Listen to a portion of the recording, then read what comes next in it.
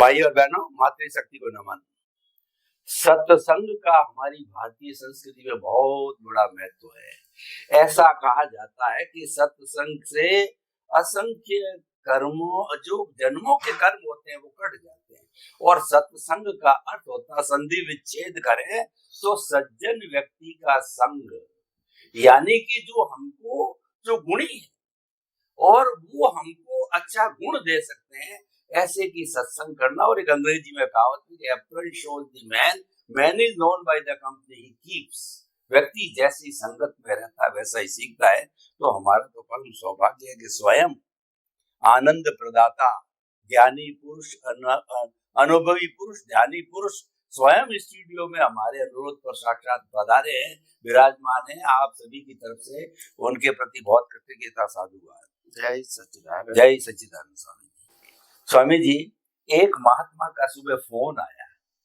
उन्होंने उनको मालूम पड़ा कि सत्संग चल रही है, तो उन्होंने मुझे कहा कि आप एक प्रश्न करना कि आजकल जो है देहदान और अंगदान का सिलसिला काफी है, लोग प्रेरित होकर के, क्योंकि मेडिकल साइंस प्रोग्रेस कर रही है और मेडिक वगैरह तो वैसे अपराध नहीं है, करते हैं वो, लेकिन मनुष्य को जो है तुरंत ताजी डेड बॉडी मिलना करना थोड़ा कठिन काम है, तो वो बहुत बड़ा उपयोगी हो रहा है स्टूडेंट्स के लिए। तो उसमें अगर कोई व्यक्ति अपनी मृत्यु के पहले अंगदान या देहदान का फॉर्म भरता है, तो उसके अंदर उसने पूछा अपने हिसाब से पुण्य होता है, तो वह पुण्य जो अंगदान देहदान करता है उसको होता है, या जो बाद के अंदर बॉडी, क्योंकि वो तो चली जाती, डेड बॉडी हो जाती, फिर उसके परिवार वाले वो दान करते हैं उनकी इच्छा के अनुरूप। तो जो है वो पुण्य पाप की दृष्टि से पूछा उसने, तो कि जो घोषणा करने वाला है मृत्यु से पहले उसको पुण्य होता है, या जो देने वाले होते हैं उनको पुण्य होता है, या कुछ और होता है। इसका थोड़ा स्पष्टीकरण, क्योंकि आजकल इसका बहुत चलन है। अध्यात्म विज्ञान इसके बारे में क्या कहता है? प्रश्न के लिए धन्यवाद और सभी श्रोताओं को मेरा नमस्कार। देखो, जीते जी अपने शरीर के अंगों को दूसरे व्यक्ति के काम में आए, इसके लिए अंगदान कहो या देहदान कहो, देना भले धार्मिक दृष्टिकोण से सही है या नहीं है, मगर सामाजिक दृष्टिकोण से अच्छी बात है। जो अंग और उपांग जलाए जाने वाले, उसी अंग से अगर किसी को नई रोशनी मिलती है, नया हार्ट मिलता है, नया लीवर मिलता है, तो अच्छी बात है। और बच्चे को सीखने के लिए बॉडी का जो रहस्य है वो सीखने के लिए पूरी बॉडी भी मिलती है, तो अच्छी बात है, इसमें कोई बुराई नहीं है, मैं मानता हूं। रही पाप पुण्य की बात, तो जो व्यक्ति जीते जी ही घोषणा करता है उनको ही तो पुण्य जाएगा, और जो व्यक्ति उनके मरने के बाद उनकी इच्छाओं को अनुसरण करते हैं उनको भी अनुमोदन का पुण्य मिलता है। और जो सामाजिक संस्थाएं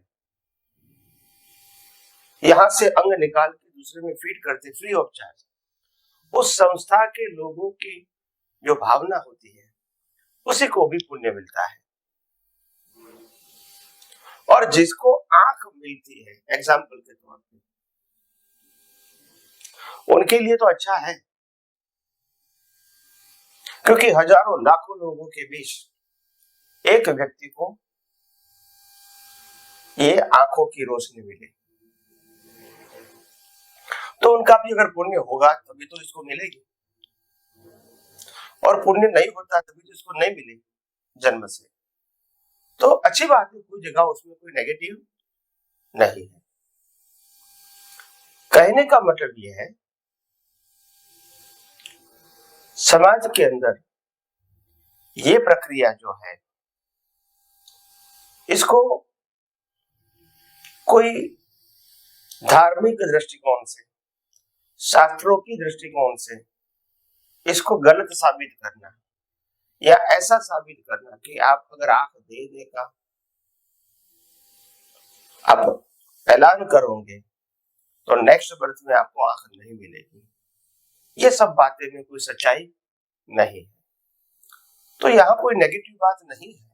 हाँ, व्यक्तिगत किसी को करना न करना वो व्यक्तिगत बात है, मगर मेरे दृष्टिकोण से मेरे को ऐसा कुछ नहीं लगता है कि यहाँ कुछ गलत है। और करना, करवाना और अनुमोदन करना, मेरे ख्याल से ये तीनों को पुण्य जाएगा। देखो, मैंने तो अनुदान कर दिया कि मेरा शरीर या शरीर के अंग है, मैं दान में दे देता हूँ, और मेरे जाने के बाद मेरे बच्चे या परिवार उसको फॉलो करवाते हैं। मगर ऐसी सामाजिक संस्था भी चाहिए जो यहाँ से अंग निकाल के कहाँ बिठाना है, ये भी तो सेटअप चाहिए ना। अगर मैंने आंख निकाल दिया यहाँ से, लगाने के लिए संजोग नहीं बनेगी तो एक्सपायर हो जाएगी। तो ये भी एक संजोग है ना, तो वो भी कुछ अच्छे काम कर रहे हैं। और जिसको रोशनी मिलेगी उसको तो आप समझो कि लॉटरी लग गई, तो अच्छी बात है। और इसीलिए ये कोई टिका करने की या उसके ऊपर ज्यादा कोई टिप्पणी करने की और कोई आवश्यकता नहीं है। जो भी हो कर रहा है, जो हो रहा है, और ऐसे सामाजिक संस्था के सहयोग से हो रहा है, अच्छी बात है। उसमें कोई पाप पुण्य तो सबको मिलता है। जो उस चैनल में जितने भी लोग सहायक होते हैं, सबको पुण्य मिलता है, क्योंकि ये कोई एक व्यक्ति की बात नहीं है। तो अच्छी बात है। और बच्चे को अगर उसको इस देह दान से एजुकेशन मिलता है, तो प्रैक्टिकल, तो वो और ज्यादा अच्छा काम एज अ डॉक्टर वो कर सकेंगे, ऑपरेशन वगैरह। तो कोई भी एंगल से वो अच्छी बात है।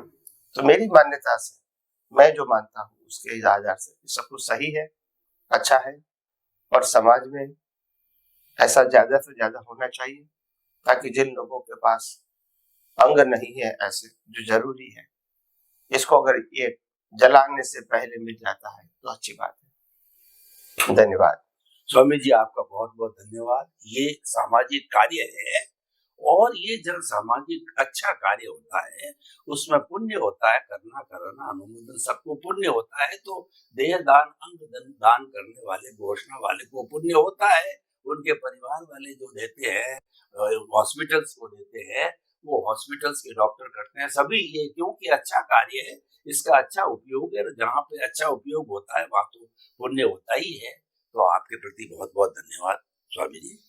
अब स्वामी जी, मैं मेरे पर इस बात को लेता हूँ, मेरे दिमाग में भी आता है कि जब मेरा जो आयुष्य पूरा हो जावे, उसके पहले पहले जो है, जो हालांकि अध्यात्म विज्ञान को मैं जानता हूँ, फॉलो करता हूँ, सनातन सत्य को जानता हूँ, सारी बातें हैं, लेकिन किसी को ये दिमाग में आए कि इस देह का क्या उपयोग करना, तो जो आजकल जो धार्मिक में चलता है, एक तो संधारा संलेखना चलता है, और दूसरा देह दान वाली तो बात आपने कही है। आध्यात्मिक दृष्टि से, मैं टीका टिप्पणी की दृष्टि से नहीं कर रहा हूँ, उपयोग की दृष्टि से, पुण्य की दृष्टि से आपने क्लियर कर दिया, पुण्य है ही है। परंतु अध्यात्म की दृष्टि से देह दान करना या जो है संलेखना, संधारा करना, ताकि कि ये शरीर का भी पूरा उपयोग हो जावे, और अंत समय के अंदर जो है व्यक्ति के जो भाव भी जो है वो आत्मा में भाव रहे और भाव शुद्धि रहे, और तो इस तरीके सनातन सत्य में रहे। तो दोनों का अध्यात्म, प्योरली अध्यात्म की दृष्टि से मैं इसके बारे में कुछ समझना चाहता हूँ कि क्या इसमें प्लानिंग होनी चाहिए। बाकी तो ठीक है, हर वक्त आप जो है केंद्र में आत्मा को रखो, ज्ञान दर्शन को स्थिर रखो, वो तो ध्यान है ही है, वो तो मूल चीज है। और आखिर तो सबसे बड़ी वही है, कुछ भी करो तो, क्योंकि जब शरीर हमारा है ही नहीं, कुदरत का है, तो फिर तो हमारा तो रियल पुरुषार्थ तो वही है, परंतु फिर भी इसको उस दृष्टि से मैं समझना चाहता नहीं, वैसे तो ये जो देहदान है और अंगदान है, मैंने कहा ना कि ये पुण्य का कार्य है और सामाजिक तौर से ये अच्छी बात है, इसमें तो कोई दो राय नहीं है। और उसके ये प्रक्रिया में जो जो जुड़े हैं सबके लिए अच्छी बात है और सबके सहयोग से ही बनता है ये कार्य, तो उसमें तो कोई वो नहीं है। और आध्यात्म में तो जब हम जन्म मरण से मुक्ति की बात करते हैं तो उसमें कोई इतना बहुत इम्पोर्टेंट नहीं होता है कि करे या ना करे, मगर व्यवहार दृष्टिकोण से, सामाजिक दृष्टिकोण से ये सब बातें अच्छी है। दूसरी बात आपने ये कहा संथारा, जैन धर्म में साधु या साध्वी संथारा करते हैं। संथारा का मतलब होता है देह को त्याग, जीते जी त्याग करना, यानी खाना पीना सब बंद कर देना मरते दम तक, और अपना ध्यान कहो, ज्ञान कहो, वो आत्मा में लगा देना। इससे तो समाज को तो वैसे व्यक्तिगत कोई फायदा नहीं होता है। संथारा तो व्यक्तिगत बात, उनके देह को तो फिर बाद में जलाया ही जाएगा, तो समाज को सीधा तो कोई फायदा नहीं होता है। परंतु ये जो संथारा है व्यक्तिगत दृष्टिकोण से, कोई व्यक्ति विशिष्ट प्रकार की अवस्था में शारीरिक आ जाती है, जैसे उसका शरीर का हलन चलन बंद होना, कोई ऐसा रोग आ जाना जिसमें से बाहर निकलना शायद संभव नहीं होता है। और कहीं सारे साधु साध्वी ऐसे मानते भी है कि इतना बड़ा तकलीफ वाला अवस्था आई है शरीर की, मगर मेरे को ऑपरेशन या दवा वगैरह नहीं करवाना है, अब मैं संथारा कर लेता हूँ, जहां तक मेरा आयुष्य होगा मैं जिंदा रहूंगी, जीने के लिए अभी कोई प्रयास नहीं करूंगी। तो ऐसा हो सकता है, अच्छी बात है। सहन शक्ति, और सहन शक्ति के बाद आंतरिक जागृति कहो, स्थिरता कहो, कितनी रहती है इसके ऊपर आधारित है। फिर भी कि संथारा कोई समाज के लिए तो कोई उत्तम बात नहीं है, मगर आध्यात्म में जो व्यक्ति आंतरिक ज्ञान दर्शन में स्थिर रहने के लिए अगर वो प्रयास करती है तो व्यक्तिगत रूप से अच्छी बात है, उसमें कोई गलत नहीं है। और दूसरा, उनको मोक्ष के साथ, मुक्ति के साथ या आत्मा की अनुभूति के साथ जोड़ दिया है। ठीक है, आशय तो यही होना चाहिए, कितनी पूर्ति होती है वो समय बताएगा, मगर फिर भी ये संथारा जो होता है वो संथारा एक प्रकार की जो तितिक्षा गुण है, गौरी का तितिक्षा गुण, उनका ही एक प्रकार है। जैसे लंबे समय तक भूखे रहना, लंबे समय तक प्यासे रहना, लंबे समय तक आताप न लेना, ऐसे लंबे समय तक खाना पीना नहीं खाना, एक प्रकार की तितिक्षा है। लौकिक भाषा में उसको सहन करने की क्षमता कहेंगे। धर्म में वन ऑफ द क्वालिटी बताई है, क्योंकि जब आप साधु या सन्यासी बन जाओगे तो आप जब समाज के अंदर जीवोगे, हो सकता है कभी आपको प्यास लगेगी मगर पानी नहीं मिलेगा, भूख लगेगी मगर खाना भी नहीं मिलेगा, ऐसे संजोग आएंगे विहार करते समय। तो एज अ ट्रेनिंग अच्छी बात है। और ये जो संथारा खास करके जैन धर्म में है और बौद्ध धर्म में भी है, इच्छा मृत्यु बोलते हैं, तो हो सकता है, मगर मैं उसको बहुत सारा अभी इस काल के अंदर आध्यात्म से जोड़ना नहीं चाहता हूं, क्योंकि ये बात भी अंत में तो धार्मिक ही है, सामाजिक ही है। और समाज के बहुत लोग जिस अवस्था के अंदर अपने गुरु को दुखी देखना नहीं चाहते हैं, और गुरु ऐसा करते हैं तो लंबे समय तक जो परेशानी आने वाली थी वो थोड़े समय में खत्म हो गई, अच्छी बात है। और उनकी आंतरिक परिणति क्या रही वो तो खुद ही जानेंगे। मेन अगर आंतरिक परिणति उसकी आत्मा में रहती है, वैराग्य में रहती है, तो अच्छी बात है, ये उनके लिए आध्यात्म के लिए फायदेमंद है। कई सारे लोग इस कलयुग के अंदर ऐसा भी होता है कि संसारण लेने के बाद सहन नहीं कर पाते, मगर क्योंकि संसारण ले लिया है तो खाना पीना भी नहीं खा सकते। जैसे कोई मैंने व्रत जब किया है तो मैं उसको भंग करके खाना पीना खा सकता हूँ। जैसे मैंने 28 किया है और 4 दिन के बाद जब मेरा शरीर बिगड़ गया तो मैं खाना खा सकता हूँ।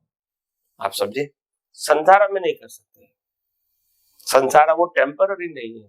कोई व्रत जब तो एक समय की अवधि के लिए, यहाँ कोई समय नहीं, यहाँ मृत्यु तक बोलते हैं। संसार का मतलब मृत्यु तक। तो उस परिस्थिति में फिर जब कोई जबरदस्ती हो जाती है, अपनी क्षमता के बाहर चला जाता है, एक भूख प्यास और अंदर की वेदना,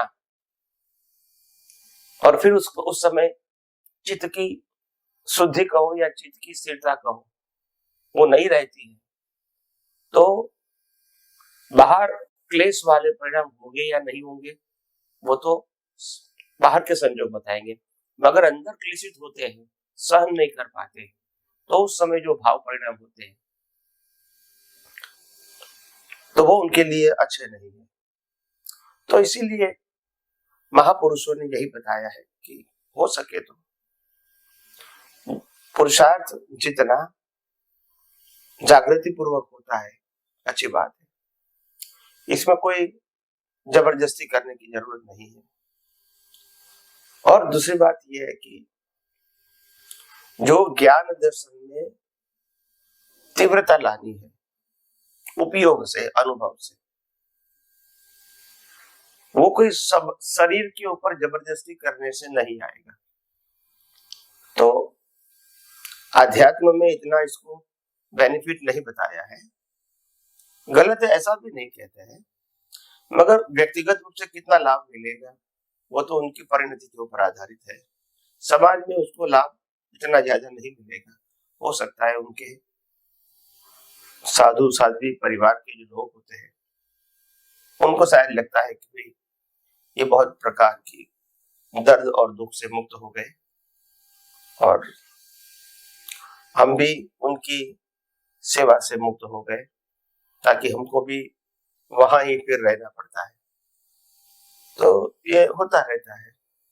तो मैं इसके बारे में कुछ ज्यादा तो नहीं बता सकता हूँ, लिमिटेशंस है। नमस्कार। स्वामी जी आपका बहुत बहुत धन्यवाद।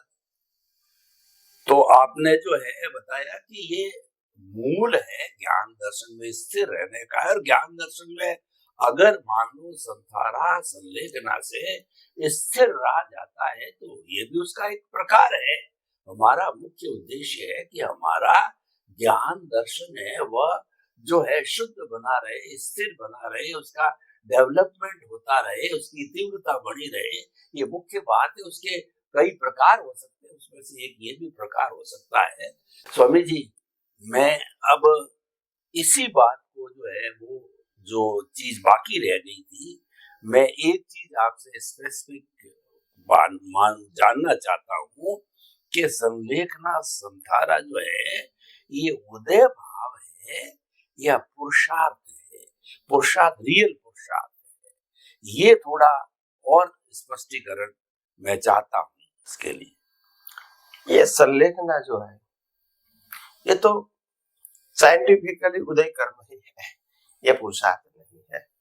आंतरिक परिणति पुरुषार्थ हो सकती है, बाह्य अवस्था तो पुरुषार्थ नहीं होती है, क्योंकि सिद्धांत एक ही है कि मन वचन काया की अवस्था मात्र कुदरती रचना है, और जो संलेखना लेते हैं वो भी कुदरती रचना का ही हिस्सा है, यानी कर्म फल है, मगर जो परिणति होती है वो उनका पुरुषार्थ है। प्रकृति से जो कुछ भी होता है वो पुरुषार्थ नहीं होता है, परिणाम। तो ये सिद्धांत है। परिणति जो है उसके ऊपर उनके पुरुषार्थ का आधार है। तो इसीलिए हम तो कहेंगे कि लोग ज्ञान और विज्ञान को ज्यादा समझे और अपने जीवन को मुक्ति के मार्ग में, आध्यात्म के मार्ग में और आगे बढ़ाए। यही मेरी आप सबको शुभकामना है। स्वामी जी बहुत बहुत धन्यवाद। आपने ये जो समाज के अंदर अभी चल रहा है उसके बारे में इसको सकारात्मक दृष्टि से प्रस्तुत किया, क्योंकि हम समाज में जी रहे हैं और कोई समाज में अच्छी चीज है चाहे वह व्यवहार, क्योंकि हम व्यवहार और निश्चय दोनों पलड़ों के बीच के अंदर सामंजस्य बिठा के चलना पड़ता है। कहीं पर कॉन्फ्लिक्ट नहीं होना चाहिए, टकराव नहीं होना चाहिए, झंझट नहीं होना चाहिए। आपने बहुत अच्छा समाहित किया इसको। सभी दृष्टियों से आपके प्रति बहुत बहुत मंगल भावना स्वामी जी। जय सच्चिदानंद। जय सच्चिदानंद।